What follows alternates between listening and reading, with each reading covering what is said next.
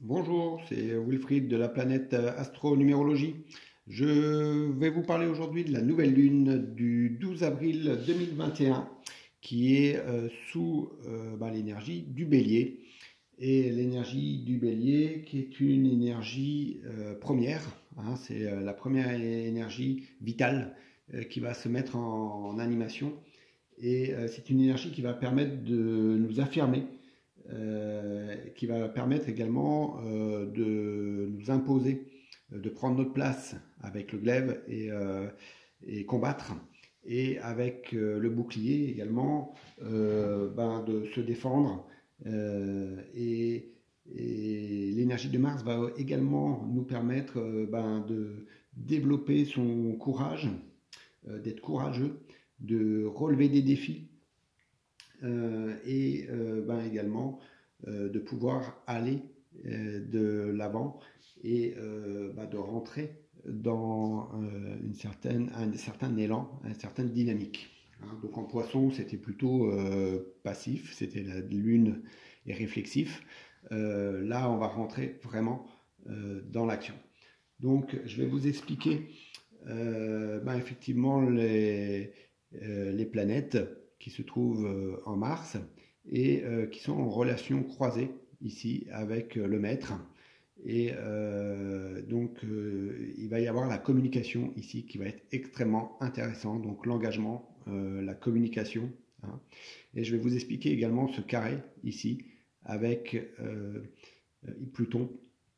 Et là, ça va être le défi à relever qui va être, et je l'avais déjà abordé dans les deux pleines lunes précédentes, ce défi, c'est de renouveler, d'enlever tout l'ancien qui n'est plus à l'ordre du jour, hein, et de transformer les choses afin de remettre effectivement une nouvelle dynamique dans notre vie. Alors je vous rappelle le principe de la nouvelle lune, c'est que la lune et le soleil sont en parfait alignement et vont effectivement être ensemble pour raconter une histoire. Et donc c'est un peu comme les forces actives et masculines et notre volonté qui vont se mettre en opposition, comme le yin et le yang, avec les forces féminines, notre inconscient, nos émotions, pour effectivement créer un élan de vie, une création. Et cette création va être ici, sous la dynamique du bélier, c'est-à-dire l'impulsion d'un nouvel élan et s'affirmer.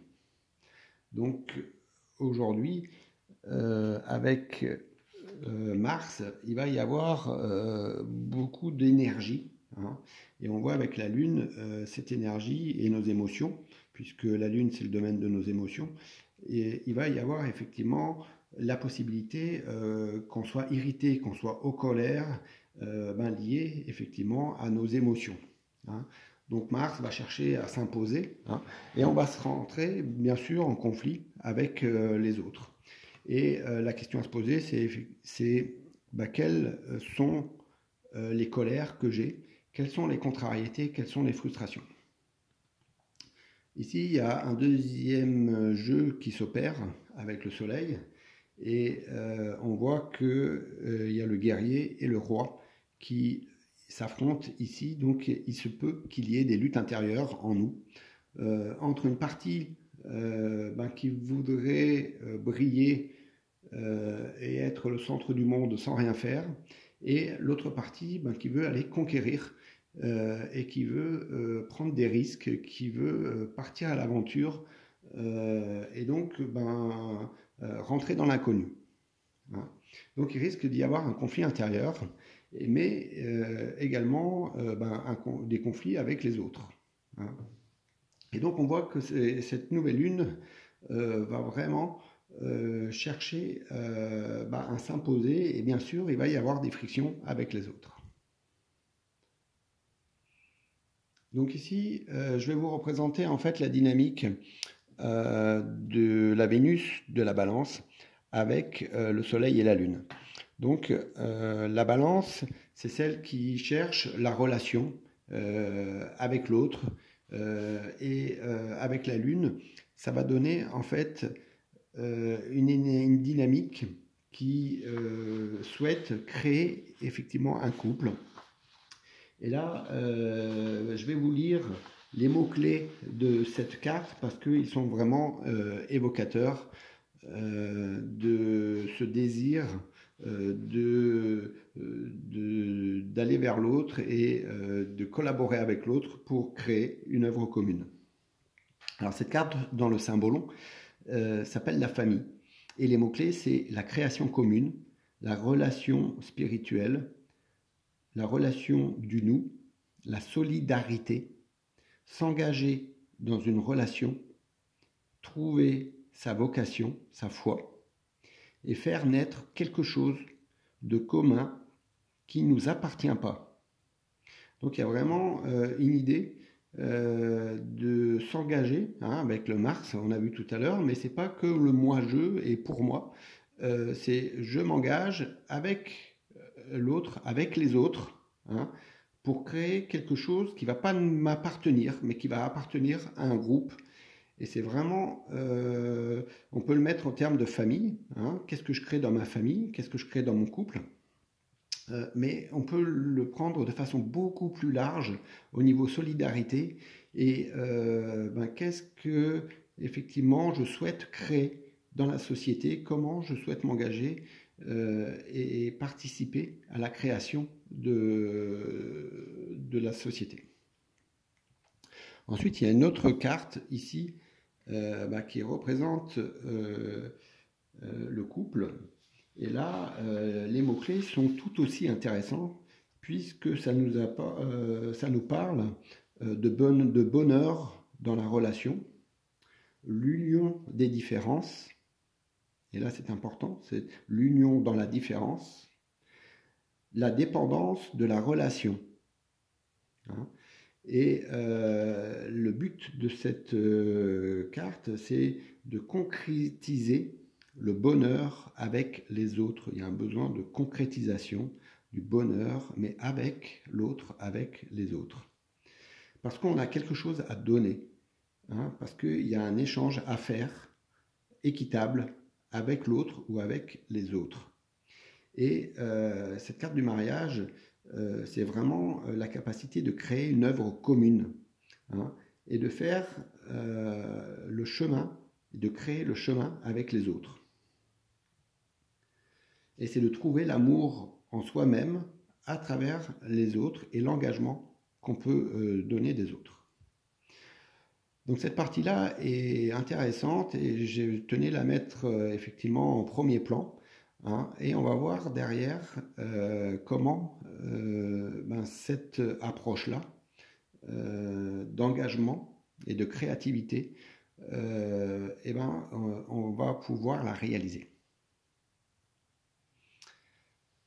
Alors on va parler de la relation de cette lune et de ce soleil avec le Mercure du Gémeaux qui a cette capacité d'analyse, mais aussi qui a cette capacité d'échanger, de communiquer.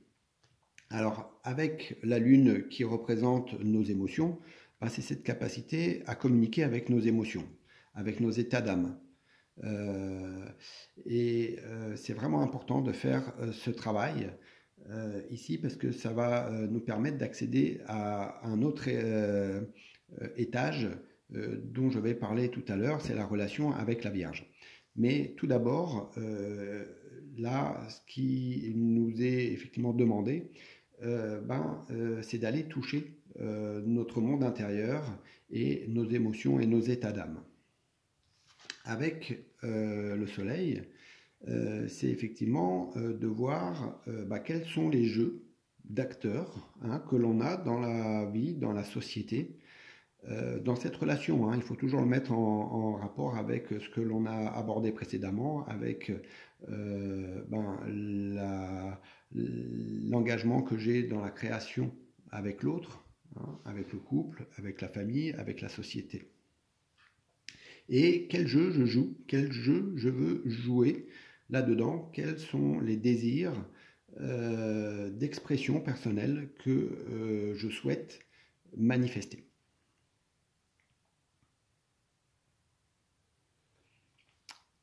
Avec le Mercure de la Vierge, on est dans un travail de perfectionnement. La Vierge représente le travail et l'évolution, le perfectionnement, intérieur notamment. C'est la capacité effectivement à devenir maître en répétant 10 000 fois le geste pour qu'il soit parfait. Et avec le Soleil, il y a vraiment une volonté d'être parfait. Mais voilà, il y a toujours des parties de nous qui sont malades, hein, qui sont imparfaites. Et cette pleine lune va nous donner la capacité d'aller plonger effectivement dans nos émotions, hein, et de faire le bilan sur effectivement ce qui va pas en nous.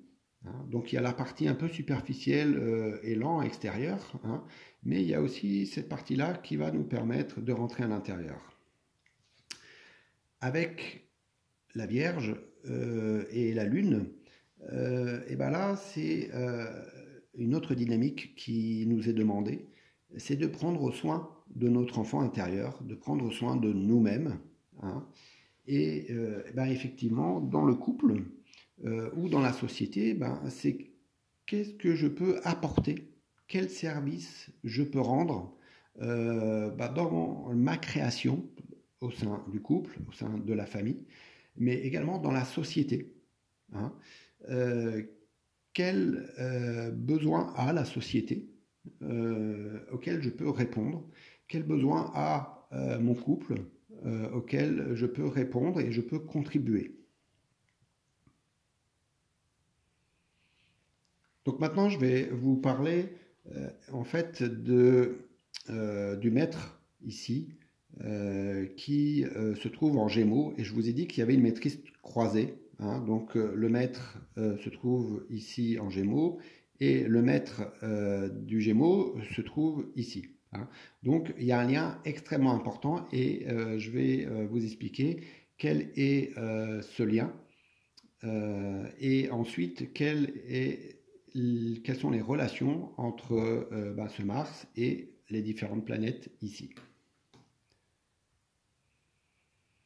Donc on a notre Mars qui se trouve en Gémeaux, donc Mars, cette volonté d'agir, de prendre sa place, de se manifester, hein, et de manifester ses désirs, vont être liés effectivement à l'intellect, à l'intelligence et à la communication.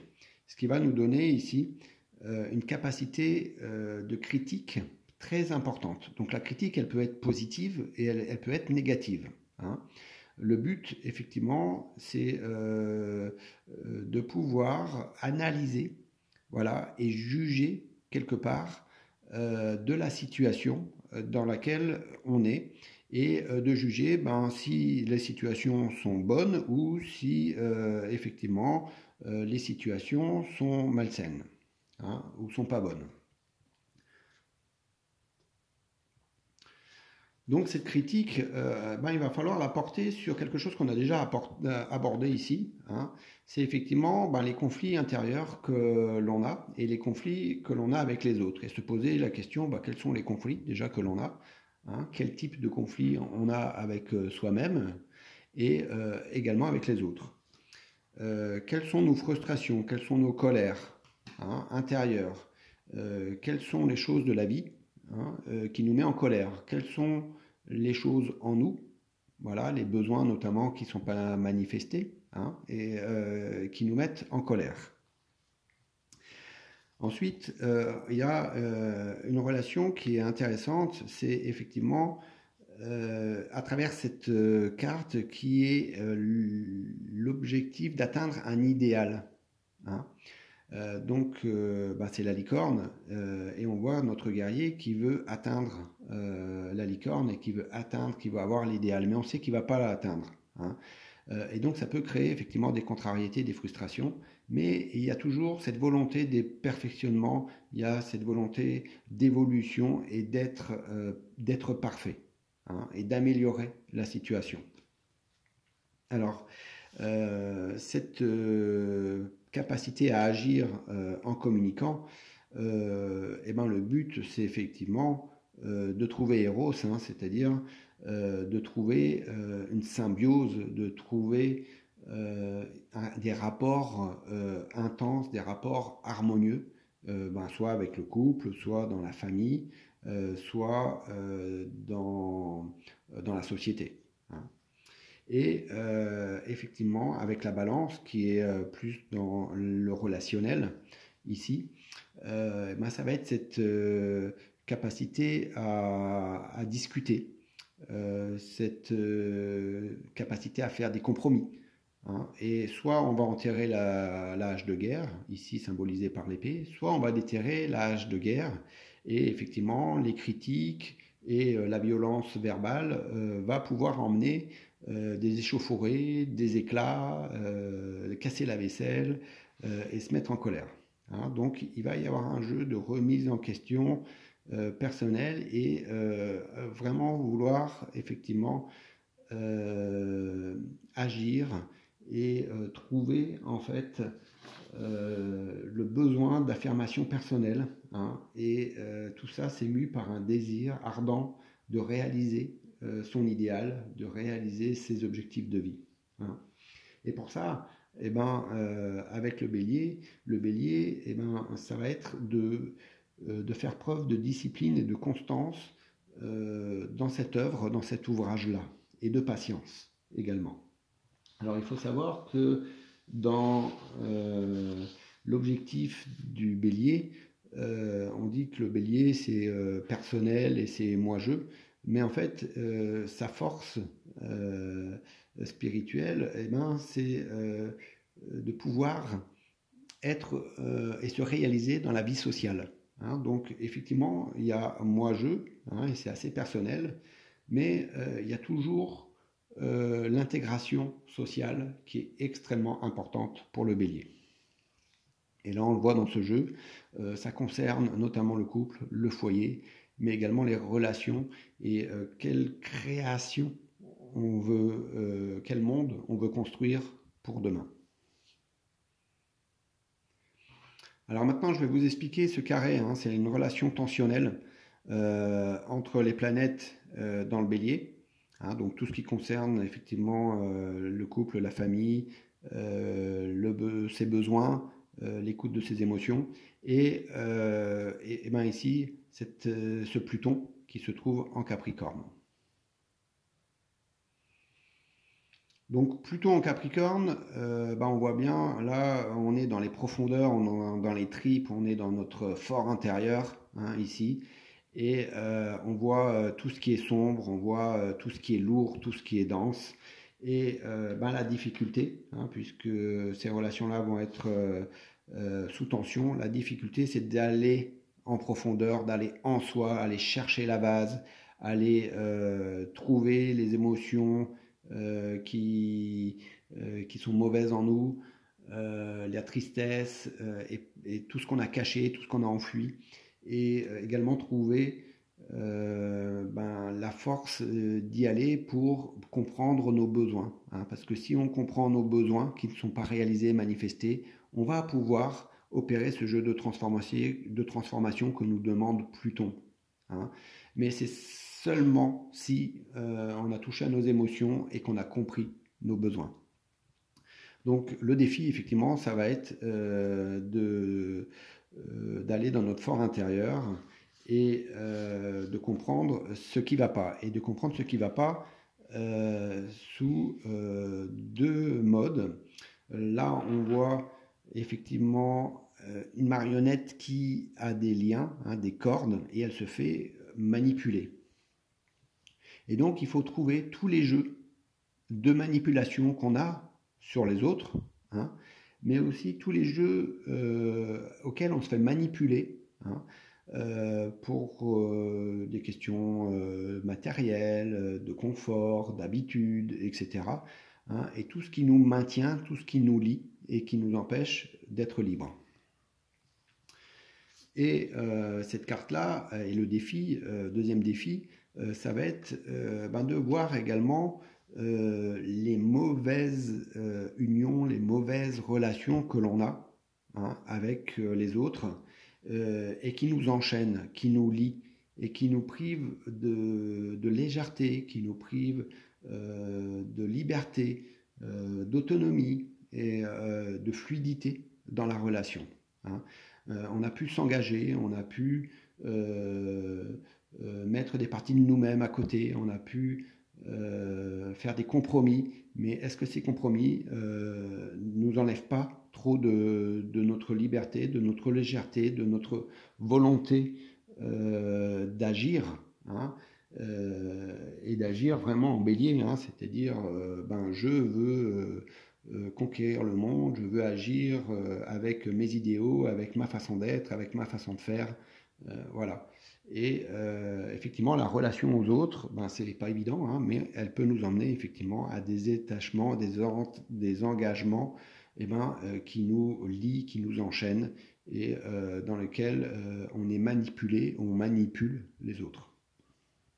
Donc ça, c'est un travail, et une fois qu'on a fait ça, on va pouvoir ici jeter toutes ces unions-là qu'on a créées et qui sont malsaines, jeter au feu. Le bébé, c'est ce qu'on a créé.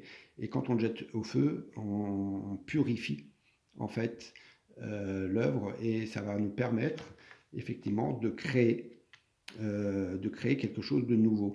Là, on a le magicien et il faut transformer les choses et créer de nouvelles choses qui sont avec plus de lumière, avec plus d'amour. Donc ça, c'est le carré qu'il y a et le défi qu'il y aura à surmonter. Maintenant, je vais vous parler de la relation de ces planètes-là avec le Verseau et puis Jupiter qui se trouve en Verseau. Voilà, alors en Verseau, on a le Verseau et je vous parlais d'autonomie, d'indépendance et de liberté, mais également d'humanisme, c'est-à-dire là on va parler effectivement de liberté personnelle et de capacité à œuvrer sans attachement. Ici, avec le Sagittaire, il va y avoir une dimension de rayonnement et qu'est-ce qu'on va apporter aux autres comme bienveillance. Alors, je vais vous parler d'abord des influences du Soleil, de la Lune, de Mercure et de Vénus par rapport au Verseau. Alors, qu'est-ce que ça nous donne ? Ça nous donne effectivement déjà une prise de liberté qui montre qu'on va se libérer de tous les attachements et on va partir avec le minimum de bagages. Donc là, c'est vraiment imagé pour trouver de nouveau une sorte d'autonomie, de liberté et d'indépendance.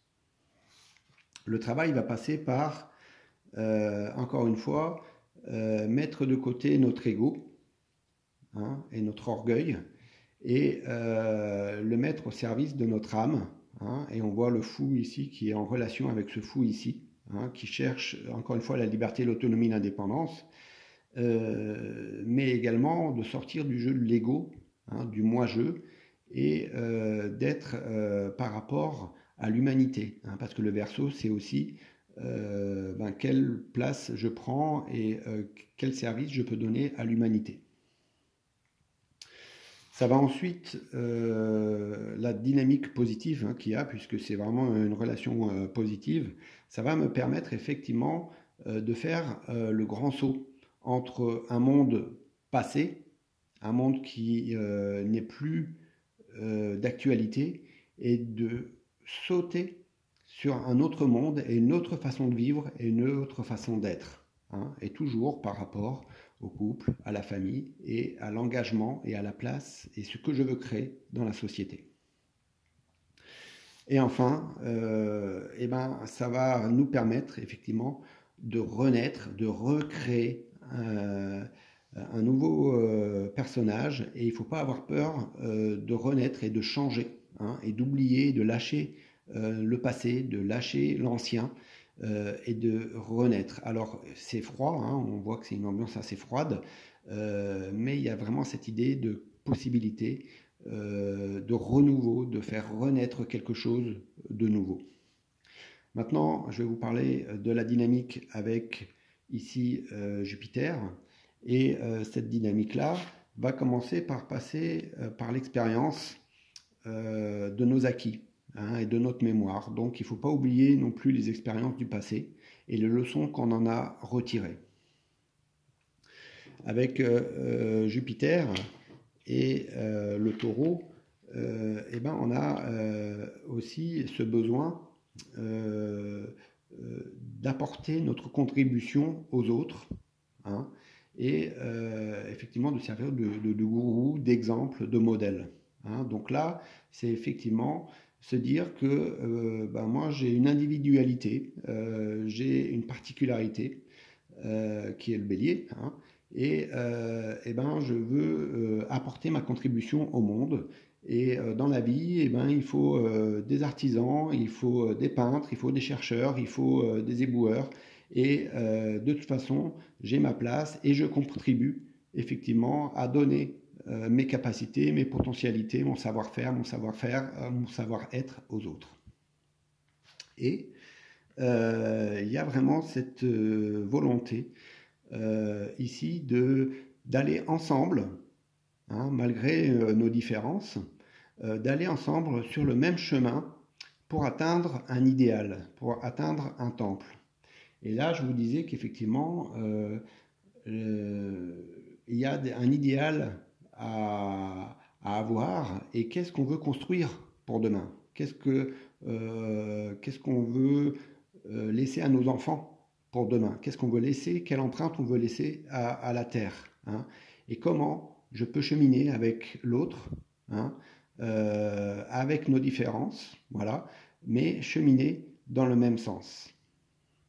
Et si on arrive à faire ça, eh ben, on aura la grâce, on aura l'abondance, hein, du ciel, avec une sorte de satisfaction, de contentement, hein, et bien sûr de joie, de paix.